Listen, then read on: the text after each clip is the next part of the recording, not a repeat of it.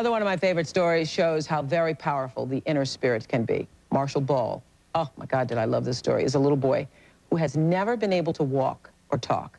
But those who know him say that he is their greatest spiritual teacher. Remember his story? Take a look at this. Marshall was a full-term baby, weighed 8 pounds 1 ounce, and basically was sent home from the hospital just as a perfectly normal child. By the time Marshall was 9 months old, we realized he was behind in his development. We eventually took him to doctors and ran batteries of tests on him, and they were unable to determine what his condition was. We were told that Marshall may never be able to do anything. He does not speak. He's in a wheelchair now. Physically, he was never perfect, so our focus has always been on his mental world. When Marshall was about 5 and a half, I made an alphabet board for him, and I just put it A, B, C, D, E, F, and I just cupped the palm of my hand right in his elbow, and I would sit with him, and he'd work on it, work on it, work on it. And the first words were these sort of rich, textural language about God and love and listening, and it was overwhelming. It wasn't about horses and cars and being a policeman. It was about God and love and harmony and helping others. He was tested extensively, and then we basically were able to document that he was quite bright, in fact, years ahead of his age. I assessed Marshall when he was 6, and he performed unassisted, and I have no doubt the ideas and thoughts that he expressed are truly his.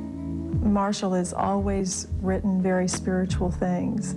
One of the first poems he ever wrote was called Altogether Lovely, and it was about God and God's being altogether lovely. Marshall feels that he listens to God, that he listens to good, and because he listens, his thoughts come from good or come from God. I had a chance to transcribe one of his writings. He titled it, "My Harmony Prevails to Free."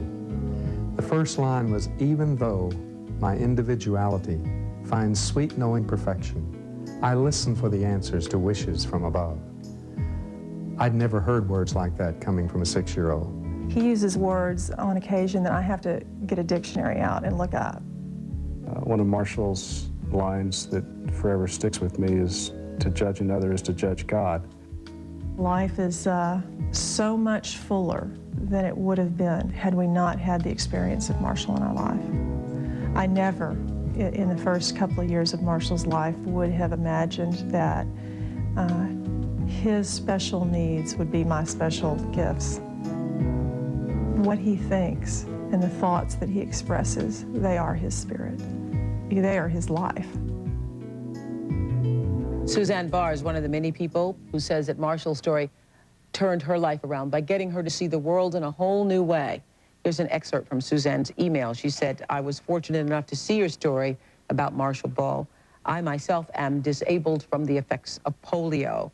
And after seeing Marshall, I felt ashamed of myself for ever having complained about the pain or difficulties that I encounter on a daily basis.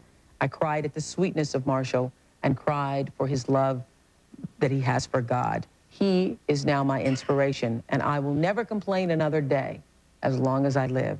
The boy has truly changed my life." Suzanne Barr.